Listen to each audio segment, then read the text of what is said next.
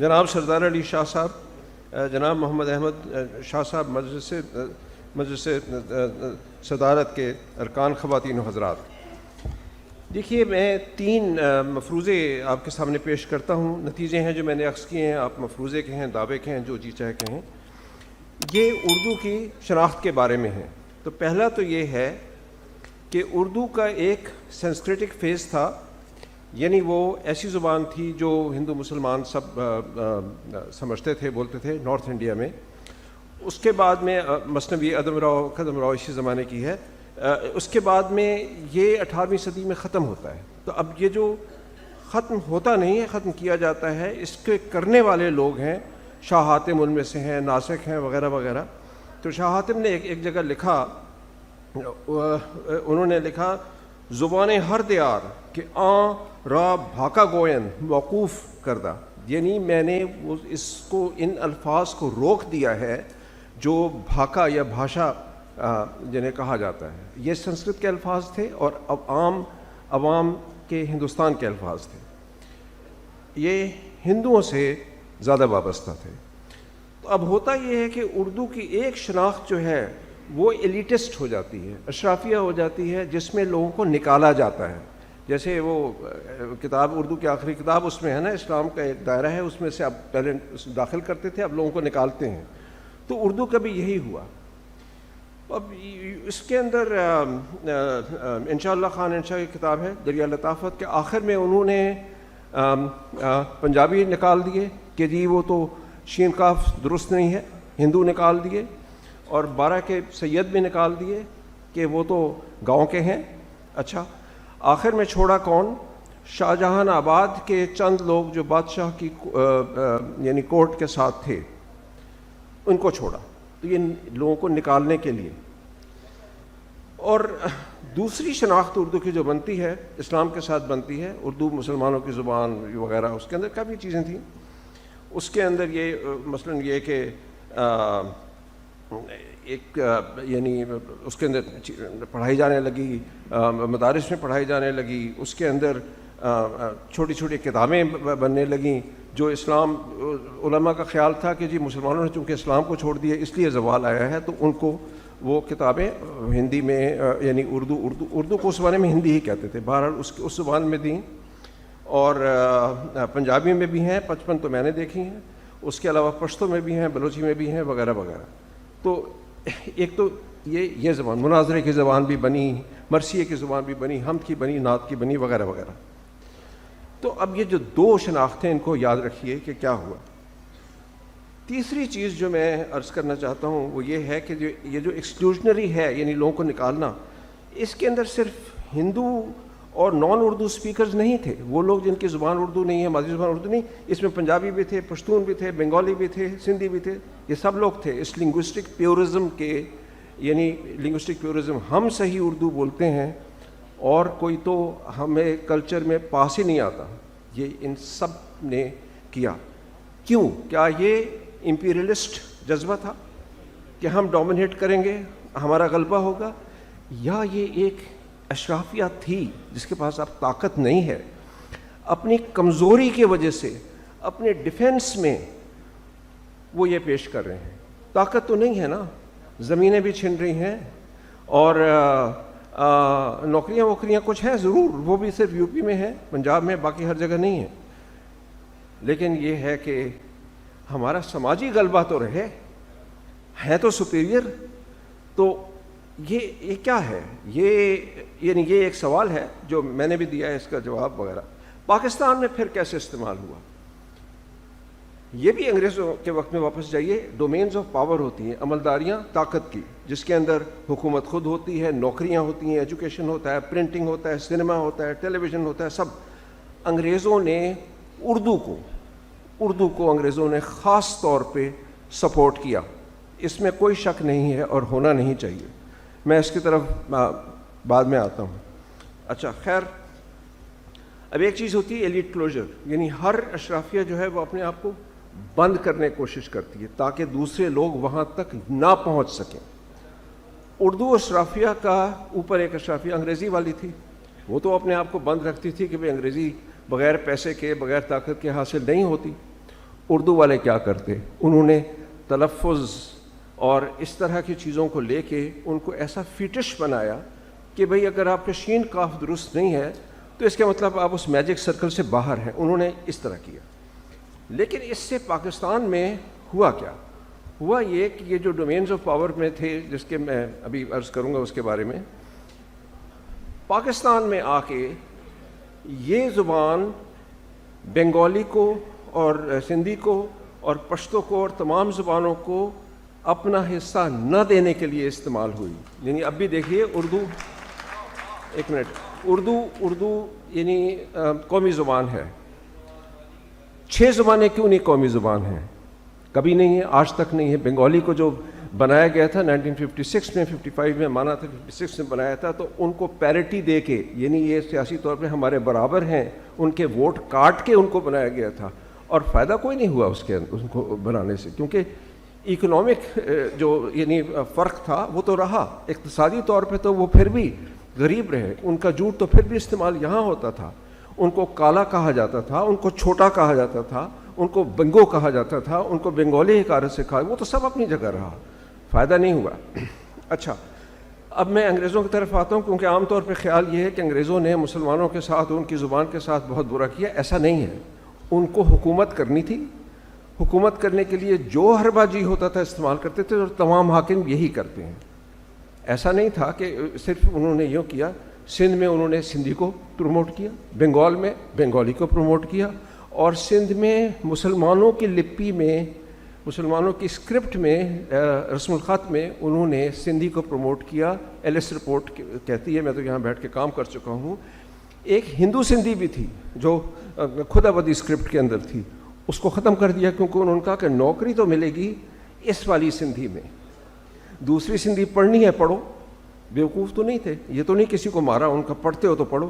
کسی نے نہیں پڑھی، اس لیے پڑھنے کا کیا فائدہ تھا، نوکری نہیں ملتی تھی.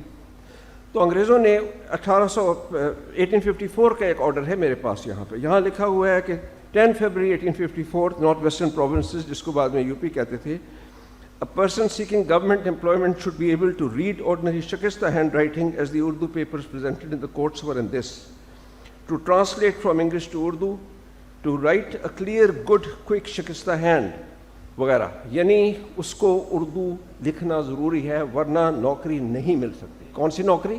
اسکولوں کی نوکری، تھانے کی نوکری، اور کچہری کی نوکری، اور چھوٹے جو محرر ہوتا ہے پولیس کی نوکری. اونچی نوکری تو ظاہر ہے کہ انگریزی میں تھی.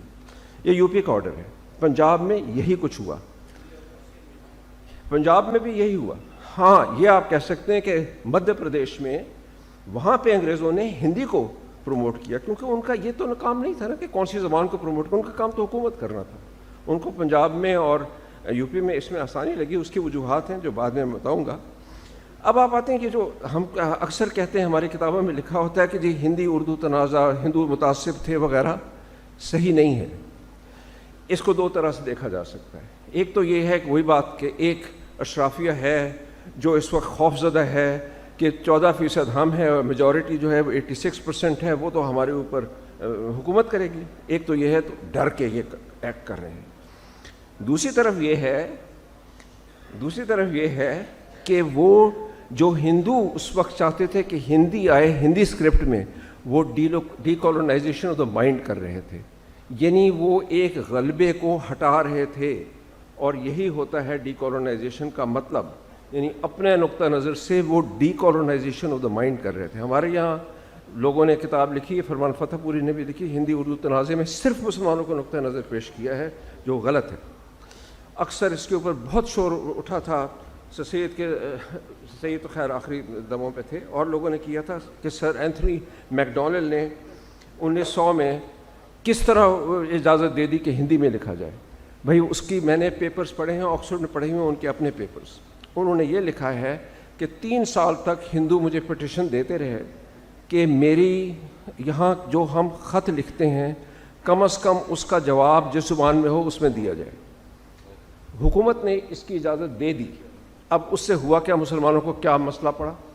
مسلمانوں کو یہ مسئلہ پڑ گیا کہ جب ایک کلرک آئے گا ہندی لکھنے کے لیے تو اردو والے کلرک تو جو ہے وہ تو کم ہو جائے گا نا. وہ کلرک بیمار ہوگا لہٰذا ایک اور کلرک آئے گا، پھر ان کے اوپر ایک باس کلرک بیٹھے گا، ہیڈ کلرک صاحب بیٹھیں گے. 3 نوکریاں تو گئیں. بجٹ تو تعلیم کا نہیں بڑھے گا، نہ تھانے کا بڑھے گا، بجٹ تو فوج کے علاوہ کسی کا نہیں بڑھے گا. تو پھر کیا ہوگا؟ تو اس لیے ہماری 3 نوکریاں تو نکل گئیں. ان کو یہ مسئلہ تھا. ہندوؤں کا یہ تھا کہ یار ہم صرف اتنا کہہ رہے ہیں کہ اس زبان کا اس میں خطا ہے جواب اسی میں دے دو، یہ کون سی بڑی بات ہے. تو سر اینٹونی میک ڈونلڈ نے کر دیا، اور آج تک لوگ کہتے ہیں کہ وہ پریجوڈس آدمی تھا وغیرہ وغیرہ. وہ پریجوڈس تو تھا، انگریز کی حکومت کے لیے پریجوڈس تھا نا، کہ ہماری حکومت قائم رہے. اب جب آپ کے 86% لوگ یہ کہہ رہے ہیں کہ کم از کم جواب تو ہمیں ہندی میں دے دو، تو کیوں نہ وہ کرتا. اچھا بالکل بہت تھوڑی سی باتیں، اور مجھے بتا دیجیے گا جیسے ہی آپ کو وقت ختم ہوتا ہے. سنیے، آپ یہ دیکھیں کہ فیکٹس کیا بتاتے ہیں. 1871 میں اردو کی پرسنٹیج جو ہے اسکولوں میں یو پی میں 60.14% جو ہیں وہ اردو پڑھ رہے ہیں، اور 39.9% جو ہیں وہ ہندی پڑھ رہے ہیں. یہ بدل جاتی ہے لیکن اتنی نہیں بدلتی، کیونکہ 1949 میں آخر میں 1949 میں ہندوستان کو آزاد ہوئے، ہندوستان پاکستان 2 سال ہو گئے، اس کے بعد میں کہیں یو پی کی زبان اردو کی جگہ ہندی بنتی ہے چھوٹے کورٹس کی. اچھا اردو ان پرنٹ دیکھ لیجئے.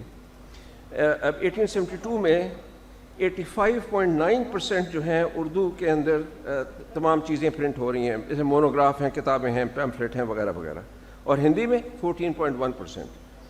1934 میں 13.1% اردو میں ہو رہے ہیں، 86.7% جو ہو رہے ہیں وہ ہندی میں ہو رہے ہیں. کیوں؟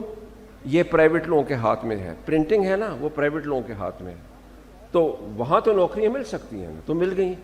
حکومت نہیں بدل رہی، پرائیویٹ لوگ بدل رہے ہیں. لیکن جو نہیں بدل رہی، اس کے مطلب کیا؟ 89% بہت بڑا نمبر ہوتا ہے. اس کے مطلب یہ ہے کہ جو انگریزوں کی پالیسی تھی کہ نوکریاں دے رہے ہیں اردو میں اور ہندی میں بہت تھوڑی سی نوکریاں ہیں، پڑھا رہے ہیں اردو اور ہندی دونوں، تو وہ اس میں یہ ہوا کہ غیر ہندوؤں نے کہا یار یہ کیا مصیبت ہے، پڑھتے ہم بھی ہیں، نوکری ہمیں نہیں ملتی. اس کے وجہ سے یہ ہوا کہ ہندی اردو تنازع کھڑا ہوا، اور دونوں کی طرف سے ہے. مسلمان کے پوائنٹ آف ویو سے اور ہے، ان کے پوائنٹ آف ویو سے اور ہے. بالکل آخری باتیں ہیں. ذوالفقار بخاری صاحب وہ ریڈیو میں تھے. اب سماجی تاریخ تو یہی ہوتی ہے نا کہ ریڈیو کے اوپر کیا ہے زبان، اس کے اوپر کیا ہے. تو ذوالفقار بخاری صاحب جو ہیں وہ ریڈیو کے اوپر ہیں، اور ذوالفقار بخاری صاحب نے یہ معلوم کیا کہ کون لوگ ہیں جو اردو میں چاہتے ہیں پروگرام ہو، صرف اردو میں ریڈیو جو ہے وہ اناؤنس کرے. 10% لوگ اکیلے تھے، صرف 10%. گجراتی اور اردو میں 30%، مراٹھی اردو میں 20%. لیکن کیا کیا ذوالفقار بخاری صاحب نے؟ ذوالفقار بخاری صاحب نے نوکریاں دیں مسلمانوں کو زیادہ اردو کی وجہ سے، اور ہندوؤں کو کم. پھر آپ کو ظاہر ہے کہ کس کی طرف سے یہ ہو رہا تھا. ظاہر ہے یہ پریجوڈس دونوں کی طرف سے تھا. اور آخری بالکل بات، فیچر فلمز کے اندر جس زبان کو استعمال کرتے ہیں، یعنی بالی ووڈ کی جو زبان ہے، اس کے اندر اردو زیادہ ہے. اردو کے یعنی ایک لائن ہے، اردو ہندی ایک ہی زبان ہے اصل میں، اس لائن میں اردو کی طرف زیادہ جاتی، ہندی کی طرف یہ آج تک ہے. اور اگر میرا وقت ختم ہو گیا تو پھر میں صرف آخری بات ایک کہوں گا، وہ یہ ہے کہ یہ جو میں نے کہا تھا نا کہ اردو کبھی کبھی ایک غلبے والی زبان کے طرح بھی ہوتی ہے. اصل میں غلبہ اس کے اوپر انگریزی کا ہے، لیکن جب سندھی کی بات آتی ہے، جب سرائکی کی بات آتی ہے، جب پنجابی کی بات آتی ہے، جب پشتو کی یا بنگالی کی بات آتی ہے، تو اردو غلبے والی زبان ہے، امپیریلسٹ لینگویج ہے. ہمیں یاد رکھنا چاہیے یہ. اور چونکہ چیف منسٹر صاحب بیٹھے ہیں تو میں ان کی وساطت سے سب کو کہنا چاہتا ہوں کہ پاکستان کی زبانیں تو نیشنل لینگویجز 5 یا 6 ہونی چاہیے، صرف اردو کیوں ہونی چاہیے. Thank you very much.